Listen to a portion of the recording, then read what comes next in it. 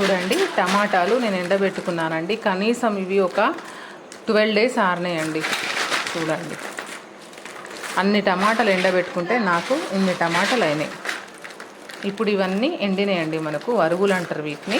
ఇప్పుడు ఇందులో నేను ఒక సగం పౌడర్ చేసుకుంటాను, సగం ఇట్లనే పెట్టేసుకుంటాను. ఎందుకంటే కర్రీ బాగుంటుందండి మనకి. కాబట్టి ఈ పొడి చేసిన తర్వాత నేను మీకు చూపిస్తాను.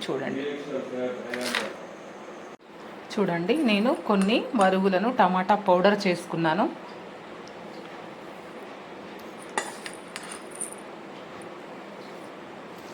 కొన్నేమో పౌడర్ చేసుకున్నాను, కొన్నేమో ఇట్లా పెట్టుకున్నాను. మనం ఇది కర్రీ చేసుకున్నప్పుడు సమ్మర్లో మనకు టమాటాలు దొరికాయి కదా, టమాటాల్లో ఉల్లిగడ్డలు వేసుకొని కర్రీ చేసుకున్నప్పుడు దాంట్లో ఈ పౌడర్ కొంచెం వేసుకుంటే మనకు చిక్కదనం అనేది వస్తుందండి.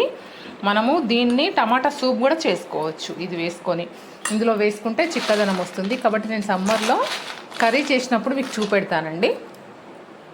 ఇప్పుడు దీన్ని నేను ఒక గాజు బాటిల్లో వేసుకొని నేను ఫ్రిడ్జ్లో స్టోర్ చేసుకుంటాను.